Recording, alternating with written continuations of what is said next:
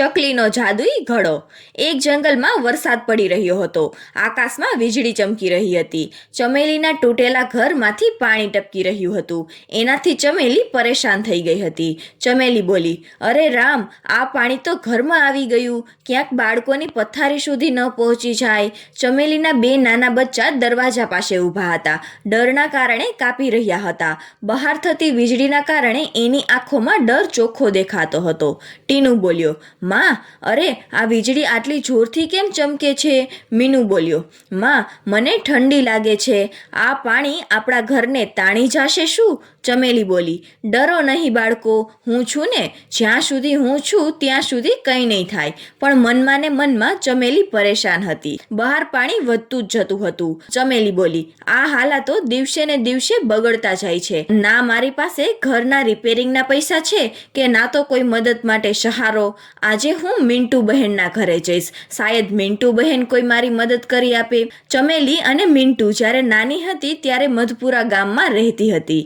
નાનપણથી જ બંનેમાં ભળતું ન હતું અને મોટા થયા પછી પણ તેમનો સંબંધ આવો જ રહ્યો। મિન્ટુના લગ્ન એક અમીર પરિવારમાં થયા હતા, જ્યાં સારા કપડાં, ભરપેટ ખાવાનું અને બધા તહેવારોમાં ધૂમધામ હતી। અને બીજી બાજુ ચમેલીના લગ્ન એક ગરીબ પરિવારમાં થયા હતા, જ્યાં ન તો પહેરવા માટે સારા કપડાં હતા અને ન તો પેટ ભરીને ખાવાનું। પોતાની ગરીબી અને પરિવારની આવી દશા જોઈને ચમેલી હંમેશા દુઃખી રહેતી હતી।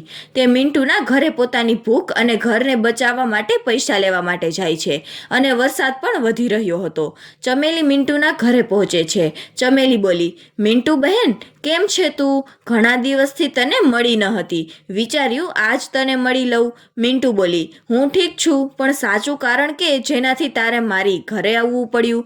ચમેલી બોલી, બહેન, મારે તારી મદદ જોઈએ છે, મને થોડાક પૈસા ઉધાર આપી દે ને। મિન્ટુ બોલી, મને ખબર જ હતી તું એમ જ મને મળવા ન આવી હોય, દર વખતે ભિખારીની જેમ માગવા પહોંચી જાય છે।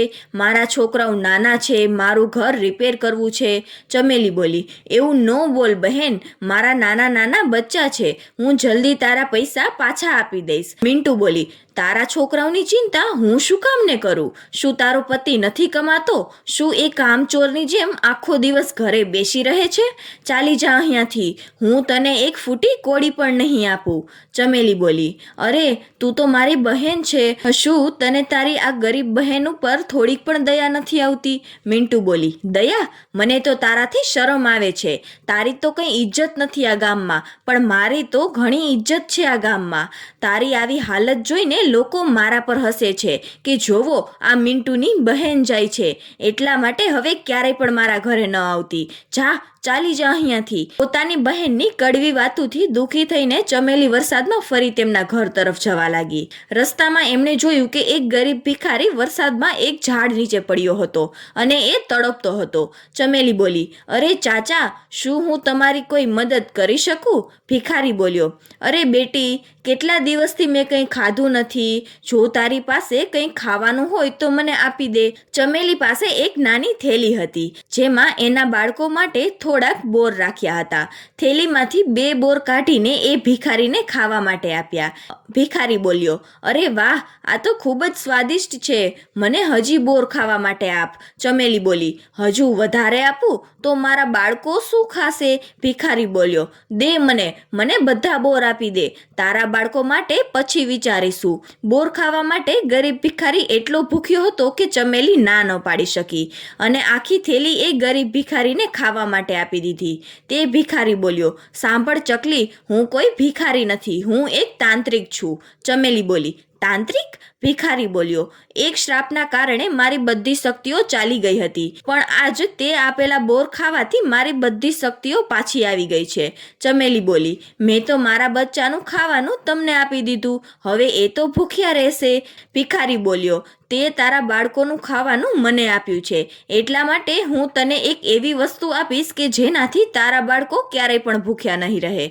ચમેલી બોલી, ચાચા, જો એવું થાય તો તમારો આભાર, મારા બાળકોએ ઘણા દિવસથી કંઈ સારું ખાવાનું નથી ખાધું। ભિખારી બોલ્યો, જા, અહીંયાથી કાળી પહાડી પાછળ જાજે, ત્યાં એક કાલ ભૈરવનું મંદિર છે, તેની પાછળની બાજુ એક ગુફા જોવા મળશે, તું એ ગુફામાં જાજે, ત્યાં એક અગ્નિ પક્ષી હશે જે એ ઘરની રખવાળી કરે છે.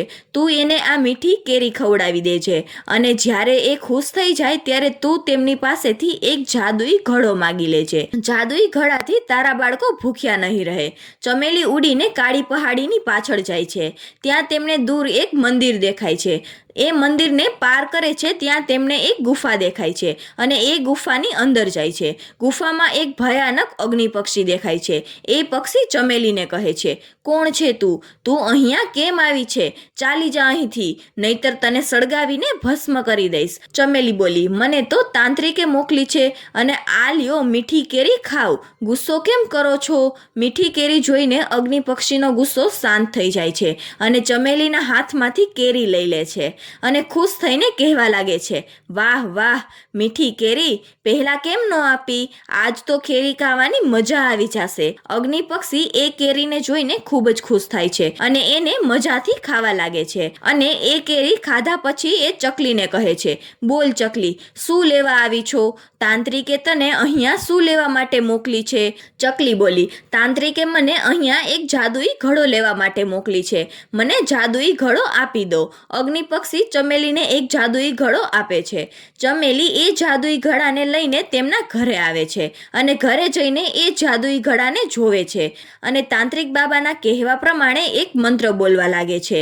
ચમેલી બોલી, જાદુઈ ઘડા જલ્દી ચાલ, ગરમ ગરમ ખાવાનું આપ, ભૂખ્યા બચ્ચાને છે ખવડાવું બાબાનું તો મેં કહેવું માન્યું.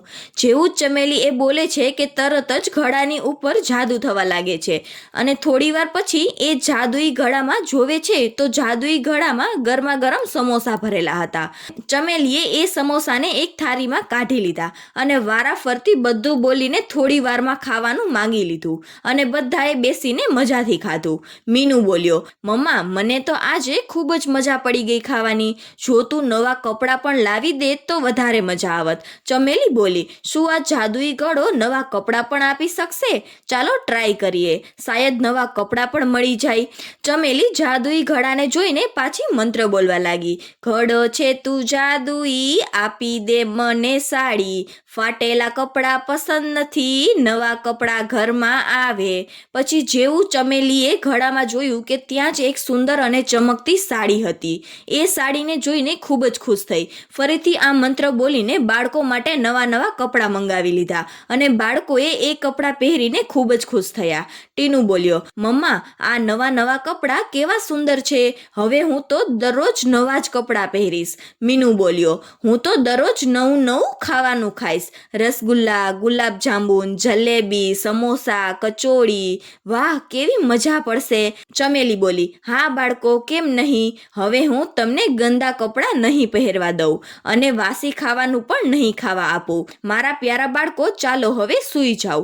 ચમેલી બંને બાળકોને સુવડાવી દે છે. પછી જાદુઈ ઘડાની બાજુમાં આવીને મંત્ર બોલવા લાગે છે, જાદુઈ ઘડા જલ્દી કર, સોનું ચાંદી પૈસા આપ, ખાલી જોરી હવે ભરી દે, તું તો છે મારો પ્યારો ભાઈ. ચમેલી એ ઘડામાં જોયું તો આખો ઘડો સોના ચાંદીથી ભરેલો હતો. એને બધા સોનાના સિક્કા એક થેલીમાં ભરી લીધા. પછી જાદુઈ ઘડા ઉપર એક લાલ કપડું ઢાંકી દીધું અને સૂઈ ગઈ.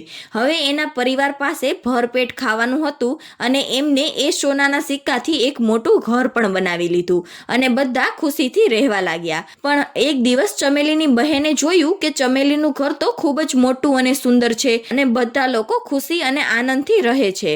તો એનાથી ચમેલીની આ ખુશી જોવાણી નહીં. એ બોલી, ચમેલી આટલા બધા પૈસાવાળી કેમ થઈ ગઈ હશે? જોવો તો ખરા કેવડું મોટું ઘર બનાવી લીધું છે અને કેવા સરસ સરસ કપડાં પહેરે છે અને ઘરેણાં તો તેમને સોનાના પહેર્યા છે. આની પાછળ જરૂર કોઈ રહસ્ય હશે. મારે આ રહસ્યને જાણવું પડશે. થોડાક દિવસમાં તો આ ચમેલી પૈસાવાળી નથી થઈ શકતી.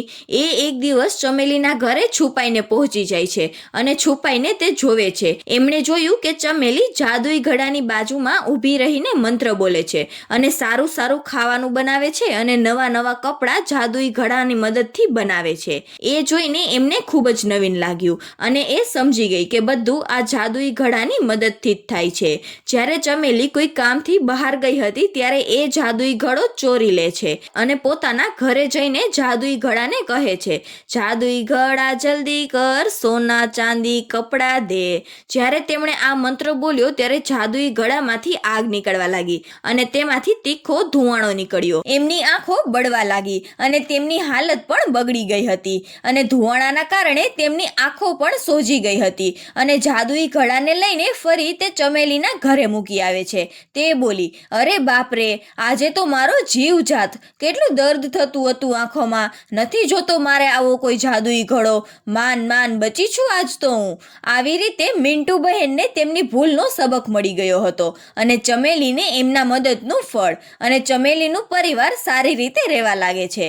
તો બાળ મિત્રો, આ વાર્તા પરથી શીખવા મળે છે કે સારા કર્મોનું ફળ હંમેશા સારું જ મળે છે, જ્યારે ખરાબ કર્મોનું ફળ હંમેશા ખરાબ.